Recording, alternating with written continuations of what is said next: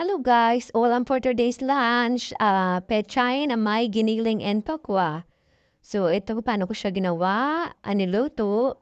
Yan, gigisa muna natin, bawang, sibuyas, golden brown na yung bawang. Okay, and then, ilagay natin ang ating giniling, mga 1/8 kilo na giniling po yan. And then, lagyan natin ng paminta, toyo, ang pinakaasin ko toyo, haluin. And then, takpan muna natin hanggang sa matuyo.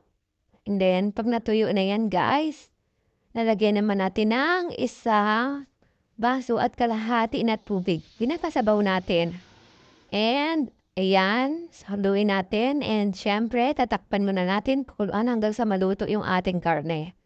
Once naluto yung ating karne at kumulo, okay, iyan, ilagay na natin ang ating tokwa. Ikamantik ko pa makalimutan. So, yan, timplahan na natin ng magic sarap. Yan. So, lagay na natin ang ating pechay. Mabilis lamang po maluto. Half cook natin. So, ayan. Haluin naman. And then, tatakpan saglit.